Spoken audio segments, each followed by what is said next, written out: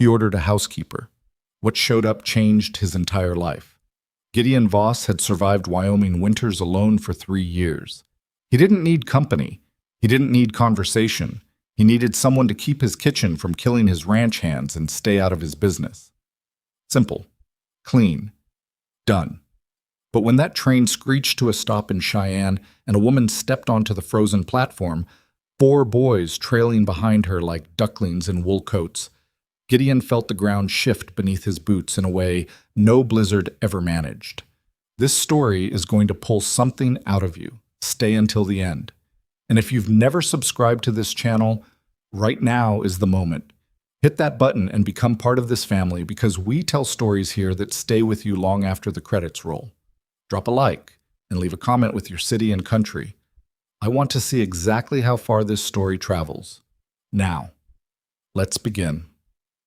The telegram had been straightforward, at least Gideon thought it had been, requesting placement of one widowed housekeeper, experienced in cooking and domestic management, no dependents preferred. Arriving Cheyenne Station November 14th, respond with confirmation.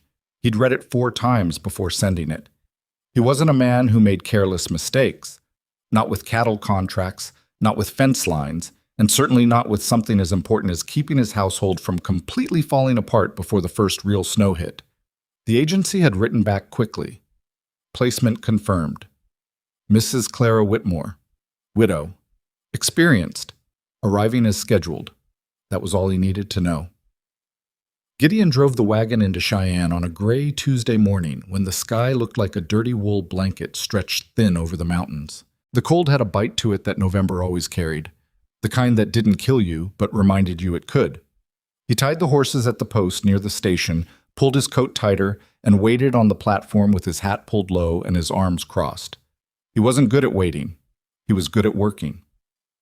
The train arrived 7 minutes late, which already put him in a foul mood. Steam billowed across the platform, and for a moment everything disappeared into white fog. Passengers trickled out. A businessman clutching a leather case, 2 older women traveling together, a young man who looked lost before he'd even started.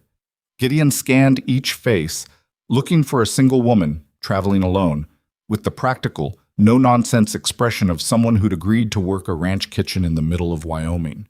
What he saw instead stopped him cold. She came off the train last. She wasn't small, but she wasn't what he'd call large either. She was somewhere in between, the kind of woman who looked like she'd been built specifically to endure things. Her coat was dark blue and worn at the elbows. Her hair was pinned up in a way that suggested it had started the day neat and lost the argument somewhere around Kansas. She carried a bag in each hand, and behind her, tumbling off the train steps like a controlled disaster, came 4 boys. 4. The smallest one couldn't have been older than 5 or 6. He had a gap between his front teeth and a knit hat that had slipped sideways over one ear. He grabbed onto the back of the woman's coat the second his feet hit the platform, and she didn't even look down, just shifted her weight slightly to accommodate the extra pull, like she'd been doing it so long it had become part of her balance. Gideon counted them again. 1, 2, 3, 4. His jaw tightened. The woman's eyes swept the platform, sharp, quick, the way people looked when they'd learned that figuring out a room fast was a survival skill. Her gaze landed on Gideon and stayed there. She walked directly toward him without hesitation, which he found both impressive and irritating. "Mr. Voss," she said, not a question. "That's right." He looked past her at the boys. "Mrs. Whitmore?" "Clara Whitmore, yes." She set one bag down and extended her hand. "I hope the drive wasn't too far. The boys have been on that train since Denver and they're—" "You have children." He said it flat. Not angry, exactly. Just stating what he was looking at, because he needed a moment to confirm he wasn't somehow wrong. Clara's chin lifted slightly, just slightly. 4 sons, yes. I mentioned them in my correspondence with the agency." "You did not." A pause. Something moved through her eyes, not quite alarm, but close to it. "I most certainly did. I stated clearly that I was a widow with 4 children and that any placement would need to accommodate—" "The agency told me no dependents." The silence that dropped between them was the kind you could hear. Clara held his gaze. Around them, the other passengers moved past. The steam from the train drifted off into nothing, and somewhere behind her, one of the boys said something to another in a low voice, and the other one shushed him sharply. "There's clearly been a miscommunication," Clara said carefully. "But Mr. Voss, I traveled 3 days on that train with 4 children on the understanding that— On the understanding that what, exactly?" He hadn't meant it to come out as hard as it did. Her eyes narrowed. Not with tears. With something considerably less comfortable than that. "On the understanding," she said slowly, "that I was coming to be married." The world went very quiet. Gideon stared at her. "I beg your pardon?" "The agency informed me that you were a widower seeking a wife, a partner, not just a kitchen servant." She said the last 2 words with a restraint that made it clear she'd chosen them carefully. "I was told this was a marital placement, Mr. Voss. I brought my sons because this was meant to be a home." Gideon pulled his hat off his head and ran one hand through his hair, in a gesture that had nothing to do with good manners and everything to do with the fact that he genuinely did not know what to do with what she'd just said. "I asked for a housekeeper," he said. "That is all I asked for. And I was told I was being given a husband." They looked at each other. Behind Clara, the smallest boy had gotten bored and was now poking at a crack in the wooden platform with the toe of his boot.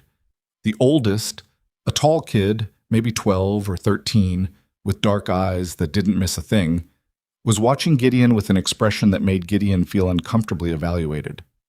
"This is a problem," Gideon said. "I'm aware of that," Clara replied. "I have a ranch. I needed someone to run the kitchen and keep the house from falling apart before spring. That's it. I wasn't looking for—" He stopped. He was going to say a family, but the word felt too pointed with 4 children standing 5 feet away. "I wasn't looking for anything beyond that." "I understand what you weren't looking for." Her voice had gone quieter but harder. The kind of quiet that meant the softness was a decision, not a natural state. "The question is what you intend to do about it, because I don't have the money to take 4 boys back to Denver, and the last place we left doesn't exist for us anymore." That landed somewhere uncomfortable in Gideon's chest. He looked at the boys again. The oldest was still watching him. The second one, maybe 10, with wire-rimmed glasses slightly too big for his face, had crouched down next to the smallest and was helping him straighten that ridiculous sideways hat.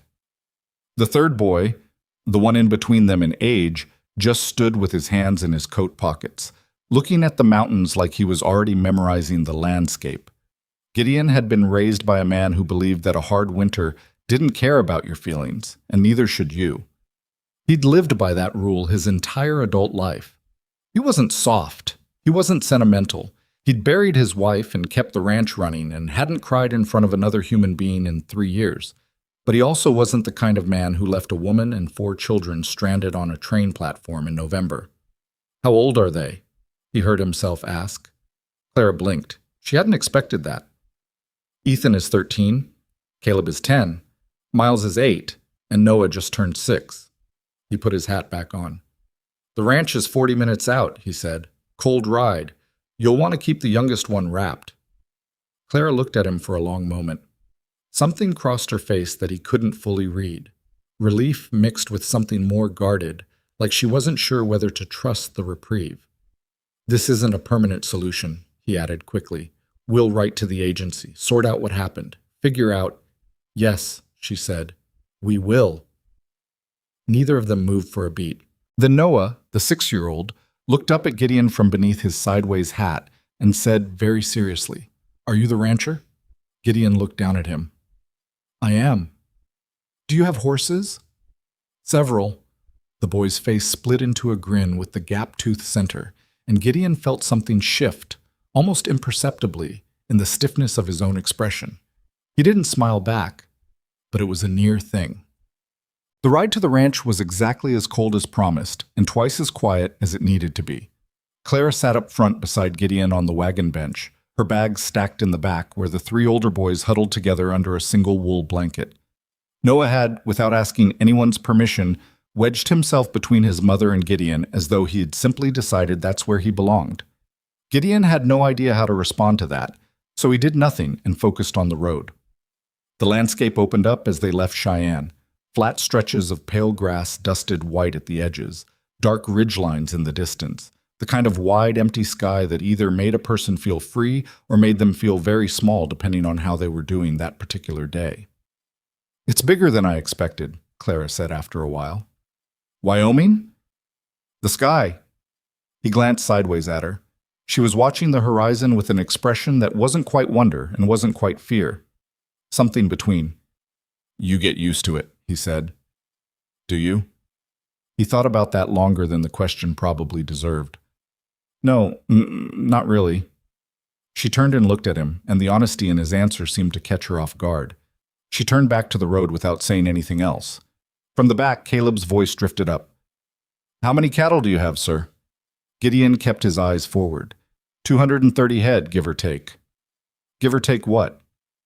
"Whatever the winter takes." Silence. Then Ethan's voice, measured and older sounding than 13 had any right to be. "Has it been a bad winter?" "Hasn't started yet," Gideon said. "Ask me in February." "What?" The ranch came into view just as the light started going pale and thin, the way it did in late afternoon in November.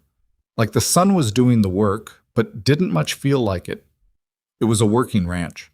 Gideon had never pretended it was anything else. The main house was solid, 2 stories, timber-framed, built to take whatever the plains decided to throw at it. But solid wasn't the same as warm. The porch boards needed work. The shutters on the east-facing windows hadn't been properly latched in months and showed it. Inside, he knew, wasn't much better. He watched Clara take it all in as he pulled the wagon up to the front. Her face didn't fall the way he half expected it to. She looked at the house the way she'd looked at the sky, studying it, calculating. "The kitchen is on the south side," he said. "Gets the most light." "Good." She was already stepping down from the wagon before he'd fully set the brake. "What's the state of your pantry?" He almost said bad, but that felt like an understatement. "Functional." She shot him a look that suggested she'd heard that word used to cover a range of disasters. Inside, his 3 ranch hands, Dermot, a heavy-set man in his 40s, and 2 younger men named Sid and Pete, had clearly not expected children. They stood in the main room like they'd been caught doing something wrong, even though they were just standing there, hats in hand, wearing the expressions of men who had accepted they were about to be managed. "Boys," Clara said behind her, not looking back, "take your bags to wherever Mr. Voss tells you. Don't touch anything that isn't yours." "And Pete?" She looked directly at the youngest ranch hand, who startled visibly. "Is there an apron in this kitchen?" Pete looked at Dermot. Dermot looked at the floor. "There used to be one," Dermot offered. "Find it," Clara said pleasantly, and walked into the kitchen. Gideon watched her go. Dermot appeared at his elbow. "She's something," the older man said, quietly enough that it wasn't a problem. "She's not what I asked for," Gideon said. Dermot scratched the back of his neck. "Yeah," he said. "Sometimes that works out worse. And sometimes—" "I didn't ask," Gideon said. Dermot put his hat back on. "Papa." That night, the house smelled like something Gideon hadn't been able to name until he was already halfway through his second bowl of it. Warmth. Not heat. Warmth. The difference between a fire that's keeping you from freezing and a fire that someone built because they wanted you to be comfortable. Clara had made a thick beef stew from what she'd found in the pantry, with biscuits that were slightly lopsided, but somehow better for it. She'd fed the boys at the long kitchen table first, then the ranch hands, and by the time Gideon sat down, the kitchen had the particular quality of a room that had recently held a lot of noise and now held the quiet memory of it. She sat across from him with a cup of coffee and a piece of paper, making notes. "You're out of salt pork," she said without looking up. "And your flour is stored wrong and it'll go bad before February. You have enough dried beans for winter, but they're not organized, so whoever's been cooking has been using them in the wrong order and wasting—" She stopped, looked up. "Are you listening?" He was. He just hadn't expected to be reporting to someone in his own kitchen. "I'm listening," he said. She held his gaze for a moment, then went back to her paper. "I'll need to go into town by the end of the week for supplies. I'll make you a list." "All right." She wrote something down. The fire cracked. From upstairs came the sound of boys being put to bed, some protesting, one who sounded like he was already asleep mid-conversation. "Mr. Voss," Claire said. "Gideon." She looked up again, and this time she didn't look away. Gideon, I want to be clear about something. I know this isn't what you arranged for, and I know you're doing me a considerable kindness letting us stay while we sort it out. She paused. But I'm not here because I need rescuing. I'm here because I can do this job, and I intend to do it well, and that's the only arrangement I'm interested in. He looked at her across the kitchen table with the firelight between them. Good, he said. Then we understand each other. She nodded once and went back to her list.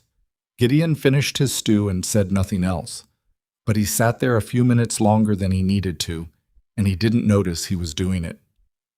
Upstairs, Noah Whitmore fell asleep in an unfamiliar room and did not have a single nightmare. It was the first night in 11 months that had been true. Neither his mother nor Gideon Voss knew that yet, but it was the detail that would end up mattering most. The morning after Clara Whitmore arrived at Gideon Voss's ranch, the sun came up cold and indifferent the way Wyoming mornings did in November. Not welcoming, not hostile, just there, the way the land itself was just there, waiting to see what you were going to do about it. Gideon was already awake when it happened. He was always already awake. 3 years of sleeping alone in a house that used to hold more noise than it did now had trained him out of sleeping past 4 in the morning, and no amount of exhaustion had managed to train him back. He dressed in the dark, pulled on his boots at the foot of the bed, and went downstairs expecting the same thing he found every morning: a cold kitchen, a dead fire, and silence that had a weight to it. Instead, he found Clara. She was standing at the stove with her back to him, her hair still loose and unbrushed, wearing the same practical dress she'd had on the night before with a wool shawl pulled tight around her shoulders. The fire in the stove was already going. He could smell coffee, real coffee, not the burned-down sludge Dermot used to make that tasted like regret and boot leather. She didn't turn around when he walked in. "There's coffee," she said. "I can see that. There's also something wrong with your flue. The smoke's pulling left when it should go straight up, which means either the cap is blocked or the damper's been installed wrong. And either way, it's a problem before a real snowstorm hits." Gideon stopped in the middle of the kitchen. "You diagnosed my chimney?" "I diagnosed your chimney while I was making coffee. Yes." She turned around then, holding 2 cups, and handed him one without ceremony. "I've lived in enough drafty houses to know what a bad flue sounds like." He took the cup. "How long have you been up?" "Since 4. He looked at her. She looked back at him with the levelness of a woman who had learned not to apologize for being capable. "The boys sleep all right?" he asked. Something in her face shifted. So quickly he nearly missed it. "They slept fine," she said, and turned back to the stove. He drank his coffee and didn't push it. Breakfast that morning was the first real indication that something was changing on the Voss ranch, though none of the men around the table would have been able to articulate it that way. Dermot and Sid and Pete came in stomping mud off their boots the way they always did, expecting the usual: sourdough bread that had gone slightly stale, maybe some cold beans if someone had remembered to cook them the night before, coffee that required a certain level of personal commitment to drink. What they found was eggs, scrambled with dried herbs Clara had apparently located in the back of a cabinet no one had opened since the previous winter, thick slices of bread from a fresh loaf she'd made at some point before 5 in the morning, and a pot of coffee that Dermot looked at with the suspicious reverence of a man who'd been promised a thing and didn't quite trust the promise yet. He tasted it. His entire posture changed. "Lord above," he said. "Don't get emotional about coffee," Clara said from the stove. "It's embarrassing." Pete laughed before he could stop himself. Sid kept his face carefully neutral, in the way of a man who'd learned that having opinions around new people was rarely worth it. Gideon sat at the head of the table and watched his ranch hands eat with an enthusiasm that was, if he was honest, slightly demoralizing. He'd been feeding these men for 3 years. They'd never once looked like this. The boys came down in stages. Noah first, because he apparently had no ability to stay in bed once he was awake, tumbling into the kitchen with his boots unlaced and his hair pointing in 4 directions. Then Miles, the 8-year-old, quiet and deliberate, who sat down and looked at his plate like he was memorizing it. Then Caleb, who pushed his glasses up his nose and immediately looked around the kitchen with the focused attention of someone taking an inventory. Then Ethan last, moving through the door with the careful unhurriedness of a boy who had decided not to show whether he cared about anything until he'd had time to assess it. He sat across from Pete, looked at the eggs, and said nothing. Pete, who was 23 and not particularly perceptive, said, "You ever worked a ranch before?" "No," Ethan said. "Your dad teach you anything? Horses, cattle, that kind of thing?" The table went slightly quiet. Clara's back was to them at the stove, but her shoulders shifted a half-inch. "My father's dead," Ethan said. Not with pain, not with drama, just with the flat, factual delivery of a boy who'd said it enough times that it had become information rather than wound. Pete's ears went red. "Right, sorry, I didn't—" "It's fine," Ethan said, and picked up his fork. Gideon, who had been watching from the end of the table, said nothing, but he filed it away. By mid-morning, the kitchen had been transformed in ways that were difficult to fully explain to someone who hadn't seen the before. The before had been functional in the same way a busted wagon wheel is functional if you're willing to live with the wobble. Supplies stacked without order, a pantry that required excavation to find anything. Pots that had accumulated a layer of use that went well beyond seasoning and into something more archaeological. Clara approached it the way Gideon had once watched a good horsebreaker approach a difficult animal. Not with force, not with impatience, but with a steadiness that made force unnecessary. She moved through the kitchen in a pattern that made sense only in retrospect, working from the floor up, from the back forward, finding the logic underneath the disorder and restoring it. Gideon passed through twice that morning on his way in and out, and each time the kitchen looked less like a place where men had been surviving and more like a place where someone actually intended to cook. The third time he passed through, Clara was on her knees in front of the lower cabinet, pulling out supplies and sorting them into two piles. One pile he recognized, the other pile he'd apparently had and forgotten about. "You have 3 tins of preserved peaches," she said without looking up. "I didn't know that." "I know you didn't know that. That's why I'm telling you." She set a tin aside. "You also have a bag of dried apples that's been pushed so far to the back it's practically historical." "Are they still good?" She looked up at him over her shoulder. "Remarkably, yes." He leaned against the doorframe. "You don't need to do the whole pantry today. I'm aware of what I need to do." She turned back to the cabinet. "I'm choosing to do it today because if I don't establish a system in the first week, it won't get done, and then I'll be managing chaos instead of a kitchen for the rest of the winter." He considered pointing out that the rest of the winter was still a temporary arrangement, that they were still going to write to the agency, that nothing was settled. He decided against it. "I'll have Dermot check the flu this afternoon," he said instead. "Thank you." He pushed off the doorframe and went back outside. What happened with Ethan happened gradually, which was the only way anything real ever happened. Gideon hadn't set out to involve the boy. He had 3 ranch hands and more than enough work to go around, and he wasn't running a school. But 2 days after Clara arrived, he walked out to the near paddock to check on a section of fence that Sid had flagged as needing attention, and found Ethan already there, standing on the outside of the fence line, watching the horses in the adjoining pasture with his hands shoved in his coat pockets and an expression that gave nothing away. Gideon stopped a few yards back and assessed the fence line himself before saying anything. "Post is rotted through," he said. Ethan turned. He hadn't heard Gideon approach, and for just a second, before the careful blankness reset, there was something younger in his face. "I noticed that," he said. "Third one from the left." Gideon looked at the posts. The boy was right. "You know about fence repair?" "No," Ethan said. "I just know what rotted wood looks like." Gideon walked to the back of the supply shed 20 yards away, pulled out a replacement post and the tools he needed, and came back. He didn't tell Ethan to help. He didn't tell Ethan to leave. He just started working. Ethan watched for about 4 minutes. Then he said, "What do you want me to do?" "Hold that post level while I drive it." Ethan moved without further comment. He held the post with both hands and kept it steady while Gideon worked.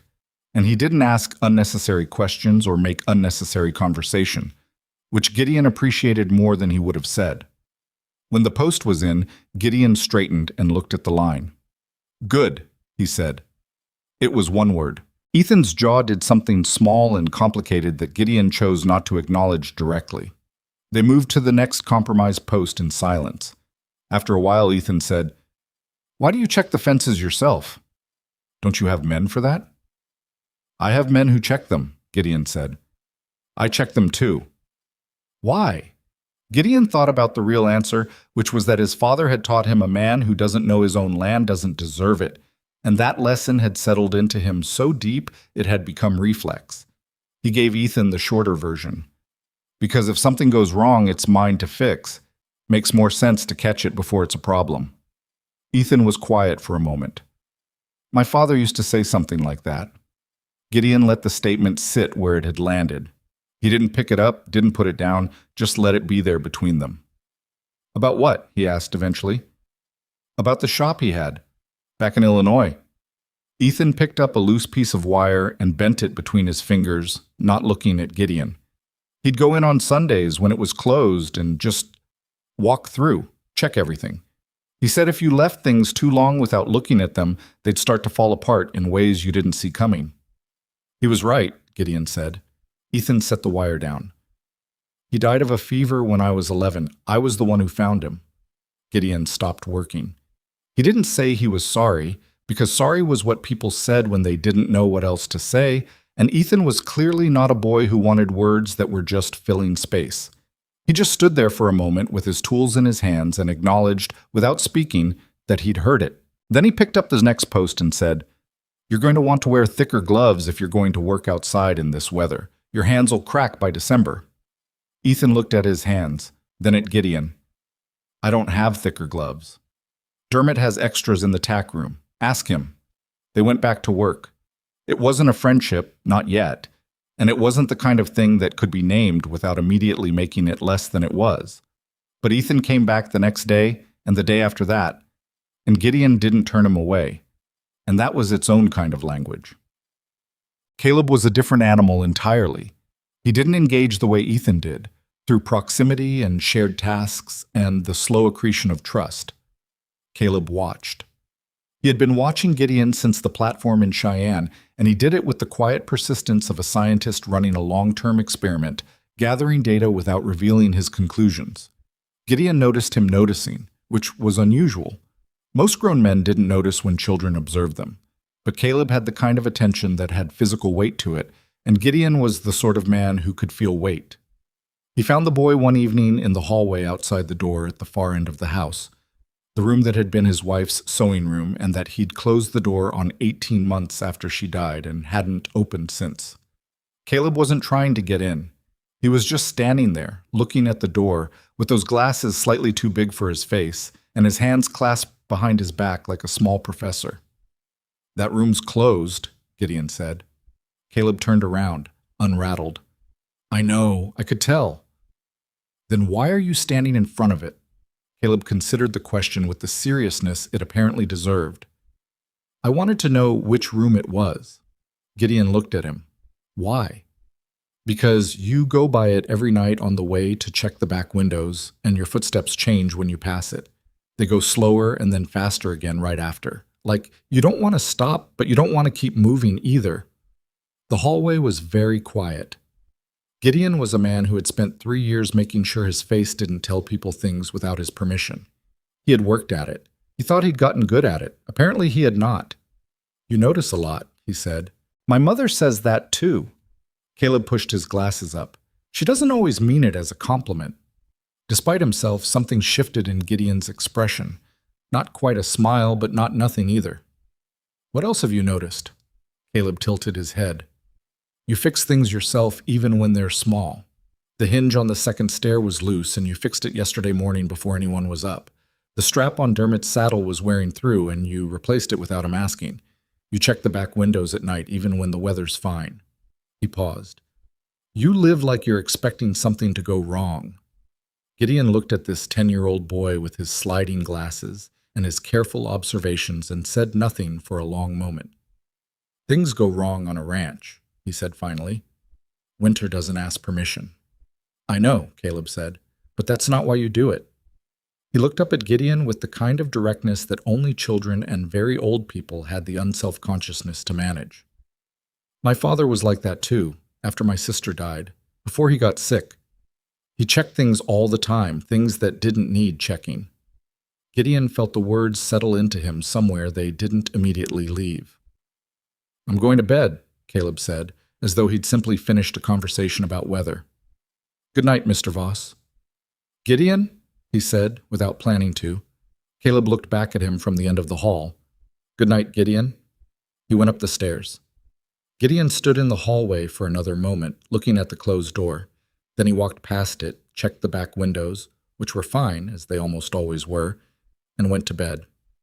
He lay awake longer than usual. Miles, the 8-year-old, didn't say much. That was the first thing Gideon noticed, and it took him longer than it should have to understand what that meant. At first he assumed the boy was just quiet by nature. Some children were. But he started paying attention and realized it wasn't silence exactly. Miles talked to his brothers. He talked to Clara. He talked to Pete occasionally, in the terse, direct way of a child who had decided someone was trustworthy based on criteria only he knew. What he didn't do was initiate contact with anyone he hadn't already decided about. The deciding appeared to take Miles considerably longer than it took his brothers. The breakthrough, if you could call it that, came unexpectedly, the way the things that mattered usually did. It was a Thursday afternoon, 10 days after Clara arrived, and Gideon was in the barn working on a piece of tack that had been on his repair list for 2 weeks. He heard the barn door open and didn't look up, assuming it was Dermot. It was Miles. The boy came in quietly and stood about 6 feet away, watching Gideon work with that same assessing look he applied to most things. Gideon kept working. After 4 minutes of silence, Gideon counted involuntarily. Miles said, "What's wrong with it?" "The stitching split on the back panel. If it goes completely, the whole thing fails." Miles came closer. He looked at the tack in Gideon's hands, then at the tools on the workbench, then back at the tack. "Can it be fixed?" "Depends on how far the damage went. Sometimes you can restitch it, reinforce the weak sections, and it's fine. Sometimes the leather's compromised enough that repair just delays the failure." Miles thought about this with more concentration than the topic seemed to require. "How do you know which one it is?" he asked. "You work through it and see." Gideon turned the piece over. You keep going until you either fix it or you know it can't be fixed. Standing there guessing doesn't tell you anything. Miles was very still for a moment. Then he said quietly but clearly, "My father couldn't be fixed." Gideon set the tack down. He looked at Miles. Miles was looking at the workbench, not at him, with the careful detachment of a child who had learned to say true things sideways so they hurt less on the way out. "No," Gideon said. "He couldn't." Miles looked up. "Mom says it wasn't his fault he got sick." "It wasn't. But she cried a lot after." He pushed a small bolt across the workbench with one finger. "She tried to hide it, but Noah can hear through walls." Gideon thought about Clara Whitmore making a full breakfast at 5 in the morning 3 days after arriving at a stranger's ranch, because she had 4 boys to hold together and not a single one of them could see her fall apart. "Your mother's strong," he said. "I know," Miles said. There was no pride in it, just recognition. "But she's tired. She's been tired a long time." He picked up the small bolt and set it back down in exactly the same spot. "I'm going to help Caleb with the water buckets," he said. "All right." Miles walked back to the barn door, then stopped with his hand on it. Without turning around, he said, "The stitching can probably be fixed. The leather looks all right." Gideon looked at the tack in his hands. He had not expected that. "Thanks," he said. Miles went out without another word.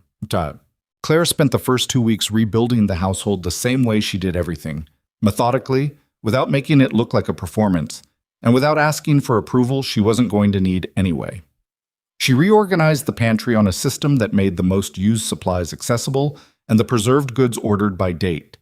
She worked out a cooking schedule that fed 9 people, 4 boys, 3 ranch hands, Gideon, and herself. 3 meals a day without waste, and with enough variety that no one started looking pained at the table. She identified 12 things wrong with the house that weren't her problem to fix, but made a list anyway and left it on the kitchen table without comment. Gideon found the list on a Tuesday morning.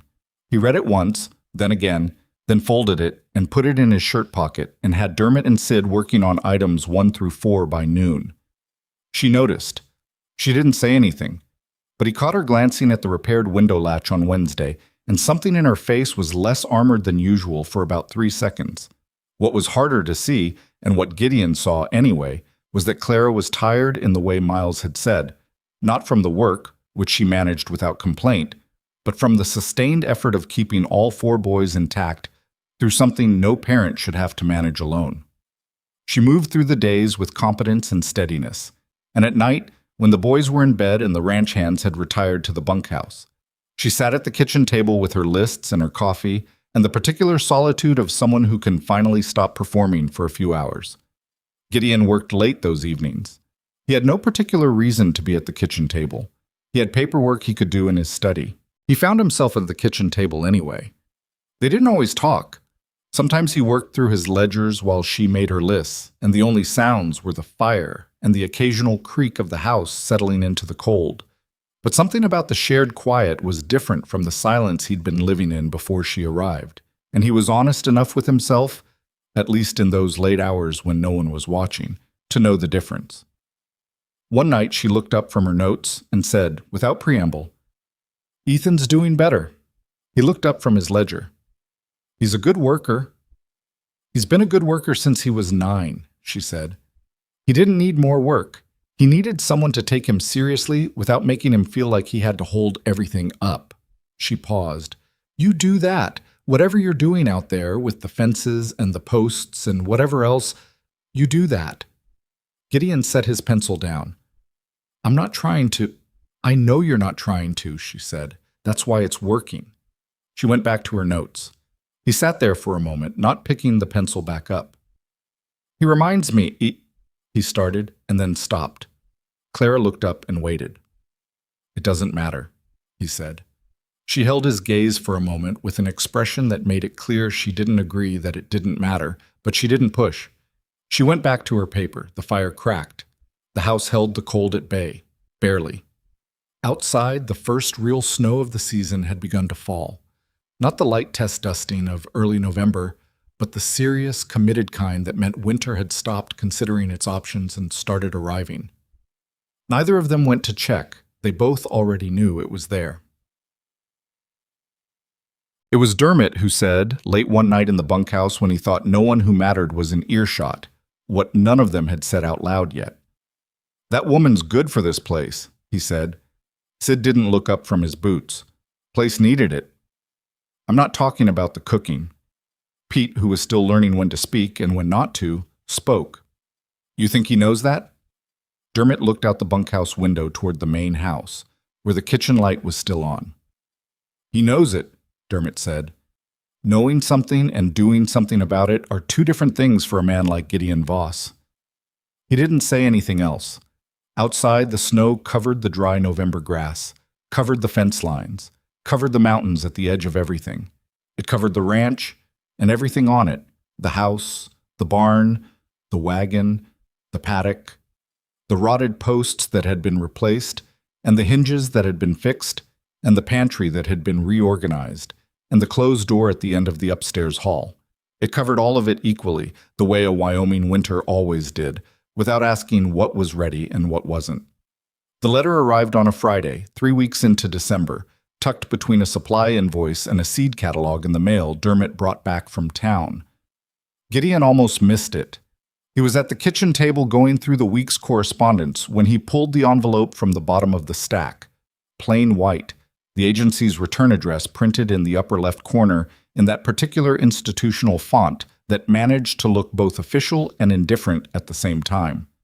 He set the invoice aside, set the seed catalog aside, and opened the envelope with the same methodical attention he gave everything. He read the letter once, then he set it face down on the table and sat very still for a moment. The kitchen was empty. Clara was out back with Miles and Noah, trying to salvage what remained of the herb garden before the next hard freeze took whatever the last one had left behind. He could hear Noah through the window, asking questions with the relentless enthusiasm of a 6-year-old discovering that dirt was interesting, and Clara's voice answering with the particular patience she used when she was tired but hiding it. Gideon picked up the letter and read it again. The agency was apologizing. That much was clear from the first paragraph. What became clear in the second paragraph was the nature of the mistake. Not a simple clerical error, not a misread telegram. 2 letters had been sent from 2 different desks. One to Gideon, confirming placement of a housekeeper, a widowed woman with domestic experience, no dependents. One to Clara, confirming a marital placement with a widowed rancher in Wyoming who was seeking a wife and mother for a stable home environment. 2 different letters, 2 different promises. One placement agency with apparently insufficient communication between its own staff. The third paragraph contained an offer to rectify the situation. If Mr. Voss wished to report the placement as unsuitable, the agency would arrange alternative placement for Mrs. Whitmore and her children at no additional cost to either party. Transportation would be provided, at no additional cost to either party. Gideon folded the letter back into the envelope. He understood, reading it again with that phrase sitting at the front of his mind, that the agency expected him to use it. It was a clean exit, a formal one, even, the kind that would let everyone walk away without assigning blame, without the ugliness of a direct confrontation. Clara could leave, and it wouldn't be because he sent her away. It would be because the situation had been incorrectly arranged from the start, and the agency was correcting its own error, clean, official, at no additional cost. He put the envelope in his shirt pocket and went out to check the east fence line, which didn't need checking. Dabbed. He didn't tell Clara that day. He told himself it was because there was no good moment. The afternoon was busy, supper took longer than usual because Miles had somehow gotten his coat sleeve caught in the outside pump, and the resulting chaos had involved cold water, a lot of yelling, and a fairly impressive string of words from Caleb that Clara had responded to with a look that stopped them mid-syllable. By the time the boys were in bed and the kitchen was quiet, Gideon had been out in the barn until nearly 9. And when he came in, Clara was at the table with her coffee and her lists, but her eyes were doing the thing they sometimes did late at night, where they weren't really reading what was in front of them. He made himself a cup of coffee and sat down. "Long day," she said, without looking up. "They're all long," he said. She looked up then, and he realized she was actually looking at him. Not through him the way tired people sometimes did, but at him, with the directness she'd had since the platform in Cheyenne. Her hair had come half down from its pins. There was a smear of mud on her left cuff she hadn't noticed, or had noticed, and decided wasn't worth addressing. "You're quiet," she said. "I'm always quiet." "You're differently quiet tonight." He drank his coffee. "Mail came today. Supply invoice. Nothing important." She watched him for a moment. Then she went back to her list. He felt the letter in his shirt pocket like a coal. Not quite burning, but present. 1. He told himself lying awake that night that he was waiting for the right moment. That was true as far as it went. But he was also honest enough with himself, in the 2 a.m. darkness when self-deception got harder, to know that there was something else under the waiting. The ranch was different. He didn't know how to account for it in any concrete way that didn't sound like a man who'd been alone too long trying to dress something sentimental up as practical observation. But the fact was that the house ran differently now than it had run 3 years ago, 5 years ago, any time he could clearly remember. Meals happened. Mornings happened. There was noise in the house that wasn't the wind, and noise in the barn that wasn't just livestock. And in the evenings, when the work was done and everyone had moved inside, there was the low-register sound of a household operating as a unit rather than a collection of people occupying the same space. He hadn't known he'd missed it. He'd thought he was fine. He'd thought the ranch was fine, functional, running, sufficient. He had cattle and land and men who did their work and a house that kept the cold out. He'd thought that was enough, and he'd been convincing himself of it for 3 years, and he'd gotten quite good at the convincing. Clara Whitmore had been on his property for 22 days, and he had apparently not been as fine as he thought. That was an uncomfortable thing to know about yourself at 2 a.m. He put the letter in the drawer of his bedside table, face down, and went to sleep. Pause. The moment that made him tell her was Ethan. Not because Ethan did anything dramatic. It was actually the opposite. It was a Tuesday, a week after the letter arrived, and Gideon had taken Ethan out to the far north pasture to check on a section of fence that had taken damage in the last windstorm. The cold was serious that morning. the kind that got into your lungs and made them feel smaller, and the ride out was mostly wordless in the way their work together had become comfortable. The fence damage was worse than the report. 3 posts compromised, 2 stretches of wire down entirely. They'd have to come back with more materials. While they assessed it, one of the horses, a mare named Birch that had been difficult since Gideon bought her 2 years back, moved close to Ethan along the fence line. Ethan didn't flinch. He turned slowly, extended his hand flat, let her nose it. She blew out a breath and pushed her face against his palm with a force that nearly knocked him sideways, and Ethan laughed. An actual, unreserved 13-year-old laugh that Gideon had not heard from him before. Not the measured, controlled smile he sometimes permitted himself, but a real laugh, sudden and unguarded, the kind a boy produced when he forgot for a moment to be careful. He caught himself almost immediately, looked over at Gideon with the beginning of self-consciousness. Gideon kept his face easy. "She likes you," he said. "She doesn't like most people." "She almost knocked me over," Ethan said, but the laugh was still somewhere in his voice. "That's how she shows affection, pushes you around, means she trusts you." He looked at the mare. "Takes her a long time to trust." Ethan was quiet.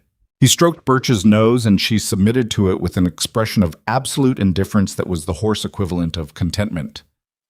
"Can I ride her sometime?" Ethan asked. "When the weather breaks," Gideon said. "She needs the snow to thin out first, or she gets unpredictable on the ice." "Okay."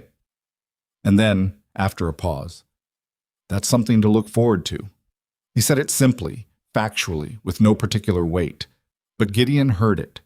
He heard the thing underneath it.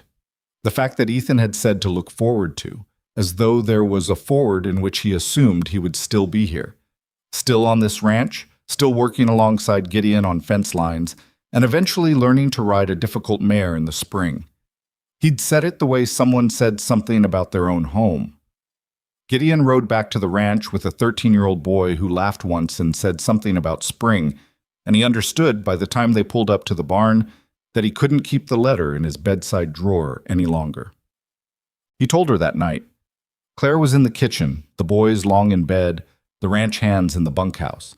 She was darning one of Noah's socks. The kid destroyed socks at a rate that defied any practical explanation, and Gideon came in from his study and set the envelope on the table in front of her without preamble. She looked at it, then at him. Then she picked it up. He watched her read it. He watched her face do the things faces did when someone was trying to keep them from doing anything. The stillness, the slight tension at the jaw, the eyes moving a little faster when they hit something significant. She read it twice. Then she set it down on the table with the careful deliberateness of someone making sure they didn't put it down hard. "You've had this for a week," she said. "More or less." "Why didn't you show me immediately?" He pulled out the chair across from her and sat down, which was an answer of sorts, because if he'd wanted to keep the distance, he'd have stayed standing. "I needed to think," he said. "About what exactly?" "About whether I wanted to use it." Silence. Clara looked at the envelope. The kitchen fire was making its usual sounds. Outside, the wind had picked up, the way it did most December nights, pressing against the windows with a low, consistent pressure like something trying to get in. "The agency arranged this wrong," Claire said. Her voice was even.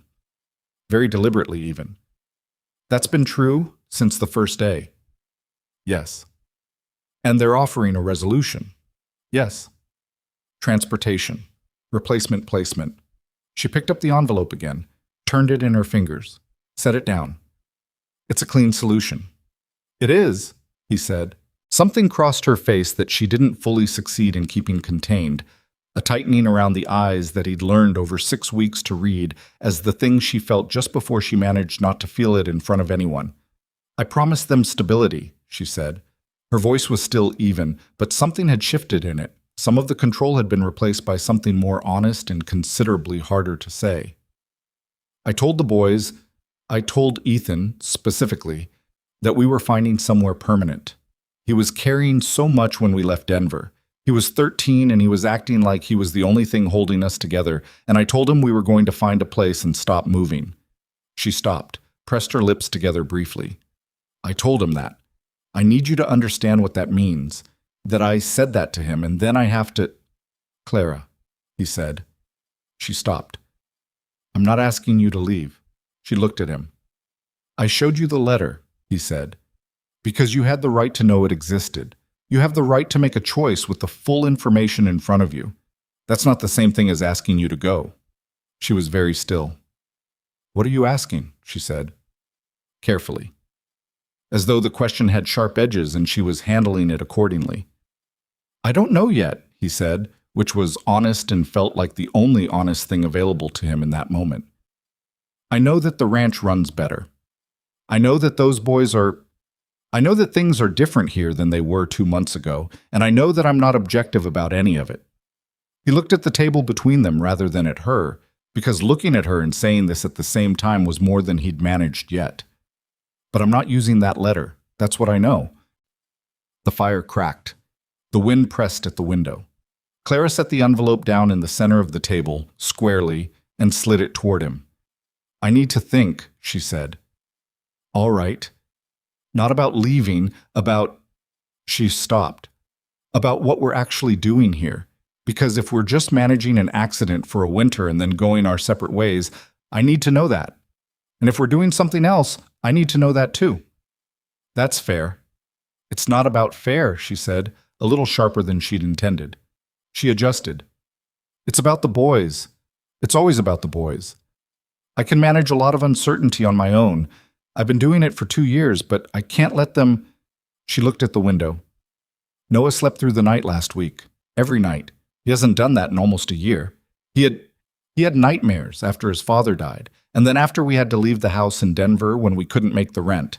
And then he started waking up 2-3 times a night, and I thought we'd just have to get through it. Her jaw worked. He slept through the whole week, every single night. Gideon said nothing. There was nothing to say to that wouldn't be less than what it was.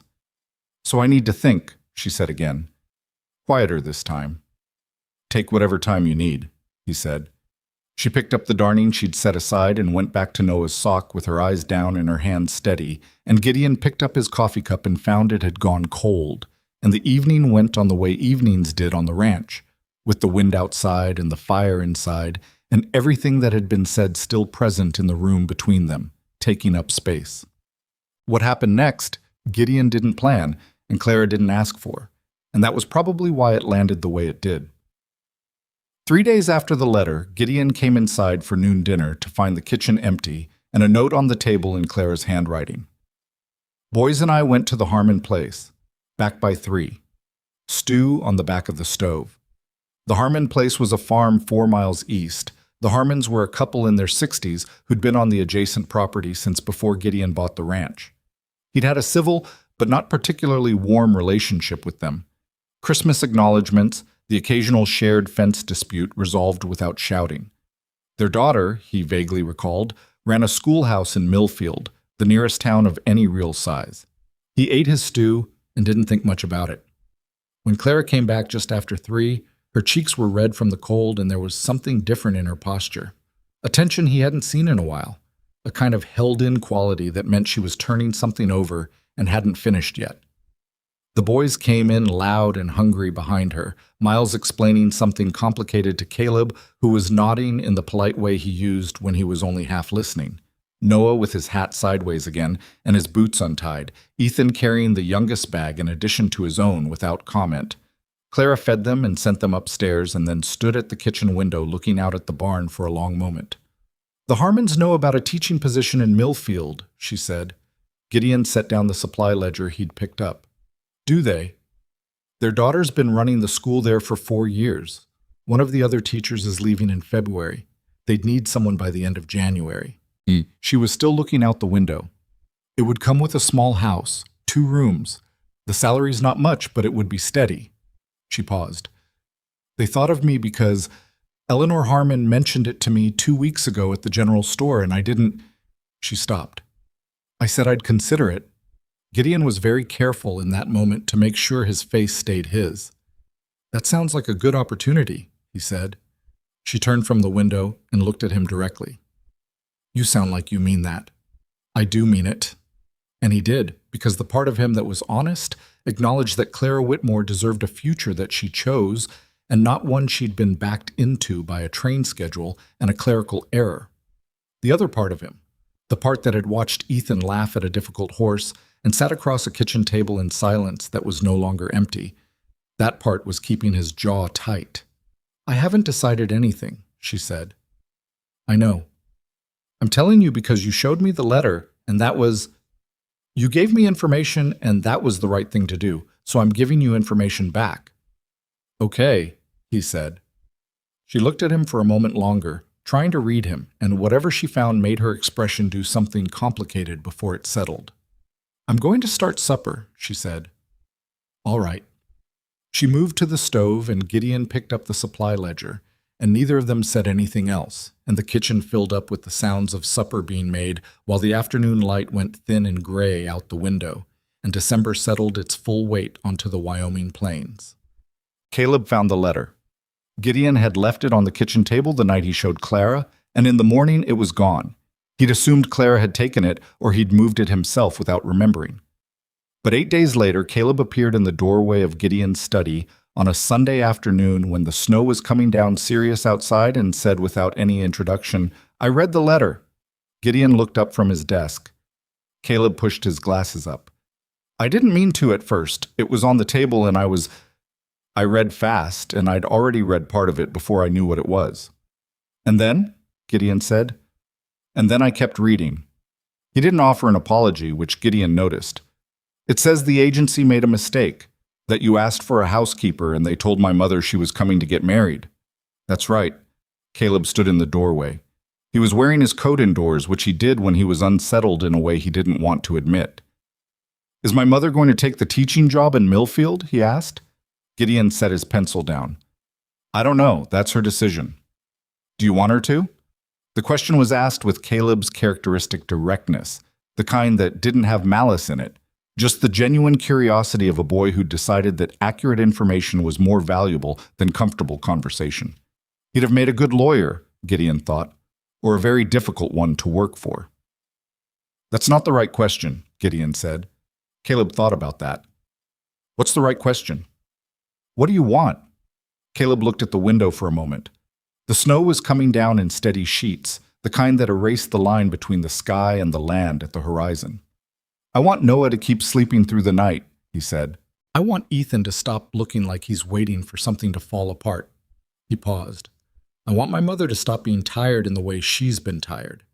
He pushed his glasses up a second time, which he did when he was getting to the thing he actually meant. "This place feels different from other places we've been. I don't mean that the house is nice or the food is better. I mean it feels different, like..." He searched for the right word with the concentration he gave to things he wanted to say correctly. Like, "Nobody's about to tell us we have to leave." Gideon sat with that for a moment. "Nobody's telling you that," he said. The letter said the agency made a mistake and offered a solution. I'm not using it." He held the boy's gaze. "That's not changing." Caleb looked at him for a long time, long enough that it moved from uncomfortable to something else, the kind of looking that was its own form of communication, where the other person stopped being a stranger. "Okay," Caleb said finally. "Okay," Gideon said. Caleb took his hands out of his coat pockets. He turned to leave, then stopped in the doorway the way his brother Miles did, facing out rather than in. "She won't want you to talk her into staying," he said. Gideon blinked. "I know that. She'll want it to be her idea, not because she doesn't trust people, but because..." Caleb paused, choosing words with his characteristic precision. "Because she's spent a long time making choices and having them not work out, and the only way to know it's real is if she made it herself. With full information." He said the last two words the way a 10-year-old said something he'd heard an adult say and recognized as true. "I know," Gideon said again quietly. Caleb went back to the main room without another word, leaving Gideon sitting at his desk in the thin gray afternoon light, with the snow accumulating outside and the weight of a 10-year-old's analysis pressing down on the space between what he knew and what he was willing to say. That evening, after supper, after the boys had gone up, after Dermot and Sid and Pete had retreated to the bunkhouse, Clara poured herself a coffee and stood at the kitchen window looking out at the snow-covered yard, and Gideon stood at the stove across from her, and the kitchen held them both in the particular way it had learned to over the past 6 weeks. "I keep making lists," Clara said. Her voice was quieter than usual. "I've noticed." "About the teaching position." She turned the coffee cup in her hands. Pros and cons. What it would mean for the boys. Stability. Community. The school in Millfield has 30 students and… She stopped. "I've made the list 4 times, and it comes out differently each time." "How?" "The practical side always points the same direction." She turned from the window. "But the other side keeps…" She stopped again. Gideon waited. "Noah called you Gid yesterday," she said. "Did you hear that?" He had heard it. The boy had been asking him something about the horses, had said, "Gid, can we…" and caught himself and gone red and said, Mr. Voss, and Gideon had said, "Either one's fine," and moved on because making a thing of it seemed like the wrong call. "I heard it," he said. Clara looked at him steadily. "He's never called anyone anything like that. Anyone other than his father." Gideon held her gaze. "I don't know what to do with that information," she said. "I don't know whether to be scared of it or…" She pressed her lips together. Then, with the effort of someone saying something they've been not saying, "I don't know what we're doing, Gideon, and I need to know. Because I can manage uncertainty for myself, but I cannot, I will not, let those boys build something on ground that's going to shift." The fire cracked. "Then let's figure out what we're doing," he said. "That's not an answer." "I know." He looked at her across the kitchen. "I don't have the full answer yet, but I know what I want, and I think you know what you want, and I think we've both been waiting for the other person to say it first because it's…" He stopped. "Put it plainly." "It's terrifying." Clara looked at him for a long moment. Then something in her face changed. Not softened exactly. Clara Whitmore did not soften in any way that suggested weakness, but opened slightly, the way a door opens when the wind shifts and the pressure on both sides finally equalizes. "Yes," she said, "it is." Neither of them said the rest of it that night. They weren't ready for the rest of it. Not fully, not in the way it deserved. But the room had changed by the time they both went to bed. Something had been moved from where it was sitting and placed somewhere more honest, and that was its own kind of beginning. Outside, the snow fell and fell. Inside, the fire held. And down the hall in the room where the 4 Whitmore boys were sleeping, Noah slept straight through the night without waking once. The week after that conversation, Clara went quieter. Not cold. She was never cold. Not with the boys, not with the ranch hands, not even with Gideon in the mornings when the kitchen was still dark and neither of them was quite ready to be a person yet. But something had pulled back in her, a withdrawal so subtle that only someone paying close attention would have caught it, and Gideon was, despite his better judgment, paying close attention. She made the meals. She kept the household. She helped Noah with the letters he was learning to write, sitting beside him at the kitchen table in the early evenings with her hand over his, showing him how to form the shapes, her voice patient in a way that cost her something at the end of long days, and she paid it anyway. She kept her lists. She kept her coffee cup filled and her thoughts behind her eyes, where they'd always lived when she wasn't choosing to let them out. But she'd stopped sitting at the table with Gideon in the late evenings. Not obviously, not in a way she could be called on. She was tired, which was real.